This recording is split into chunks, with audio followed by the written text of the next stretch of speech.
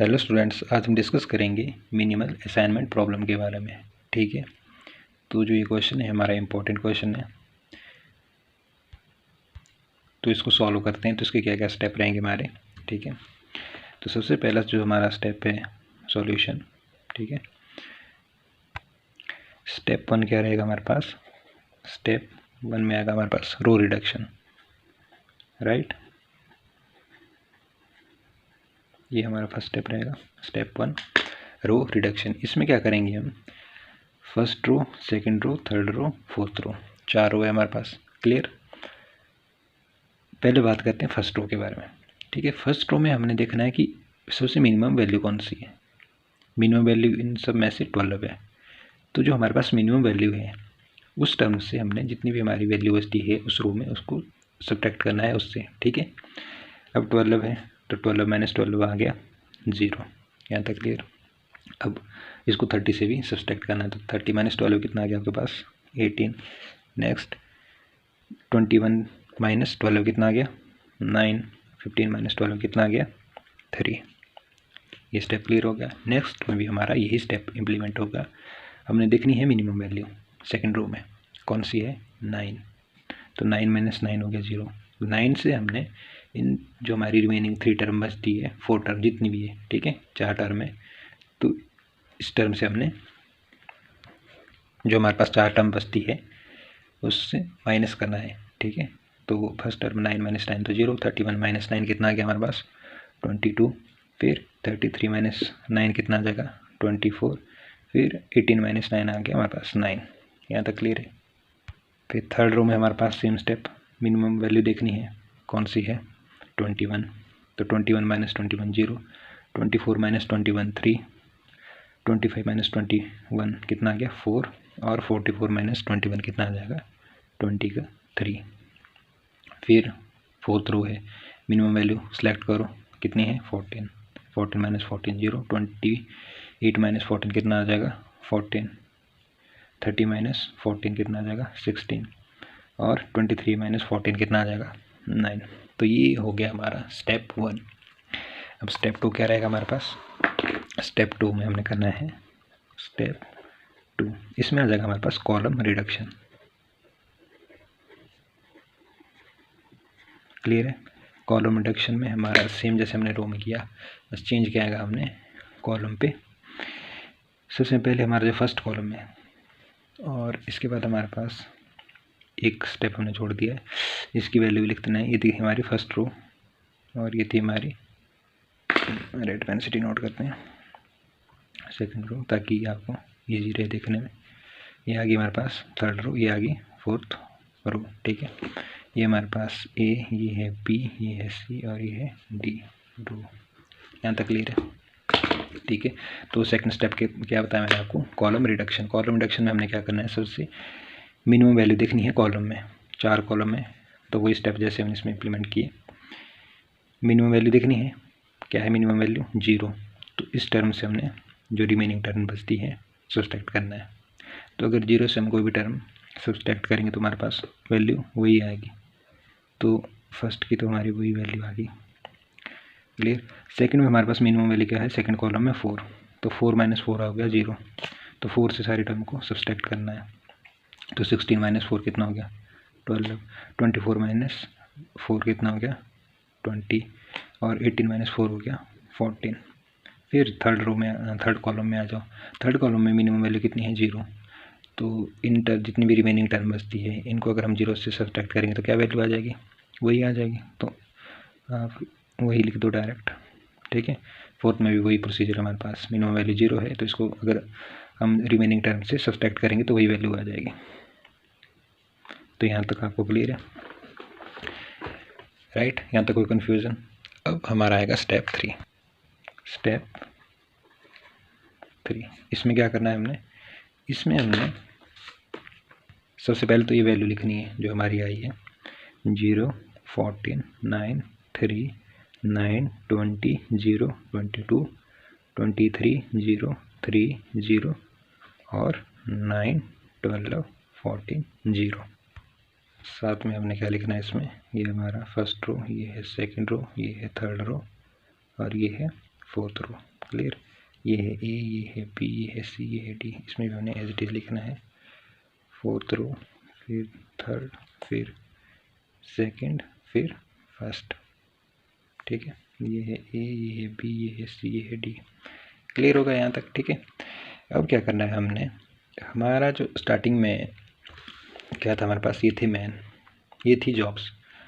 तो हमारा इसमें पर्पज़ ये, हमने क्या करना है कि जितने भी हमारे इसमें मैन है उन सबको देनी है जॉब, ठीक है।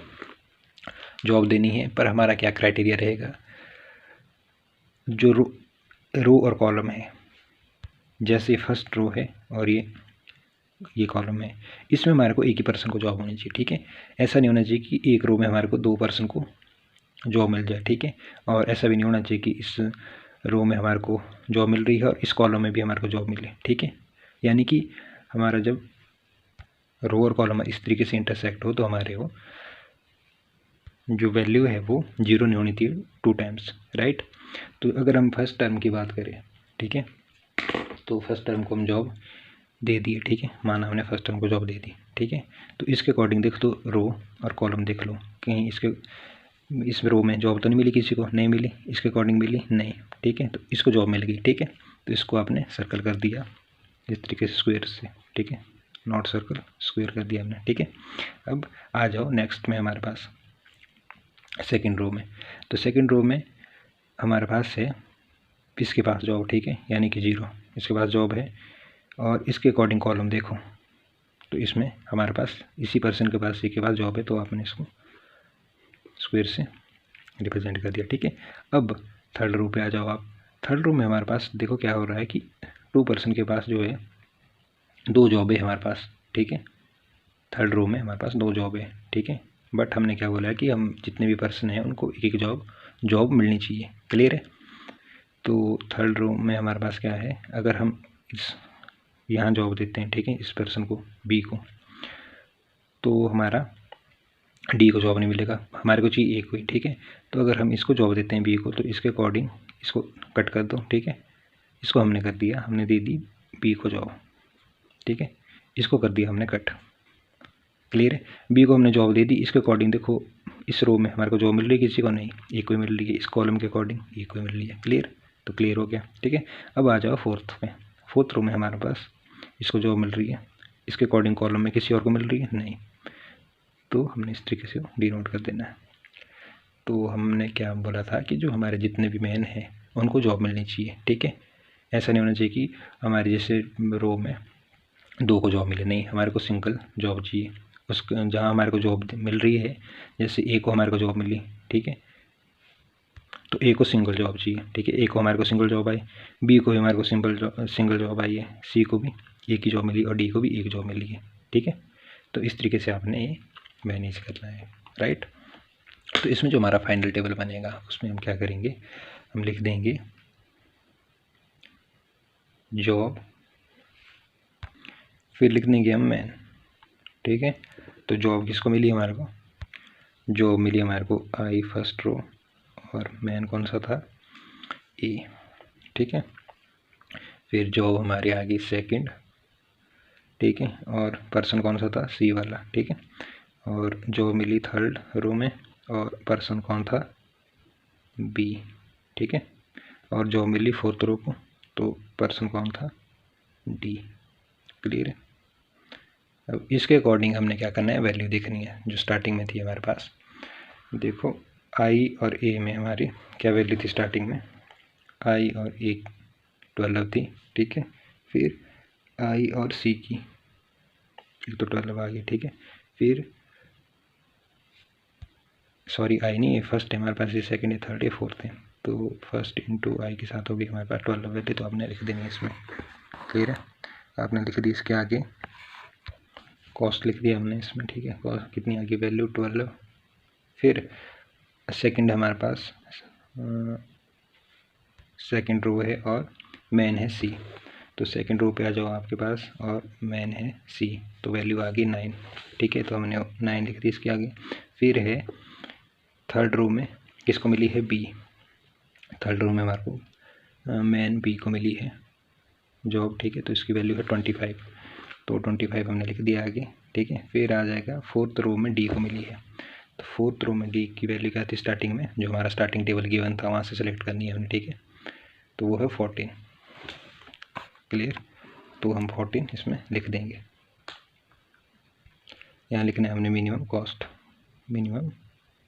कॉस्ट कितना आ जाएगा, ऐड कर दो इसको, यह आ जाएगा आपके पास 60, ठीक है। तो मिनिमम कॉस्ट क्या आ गया आपके पास 60। तो इस तरीके से हमने सॉल्व करना है।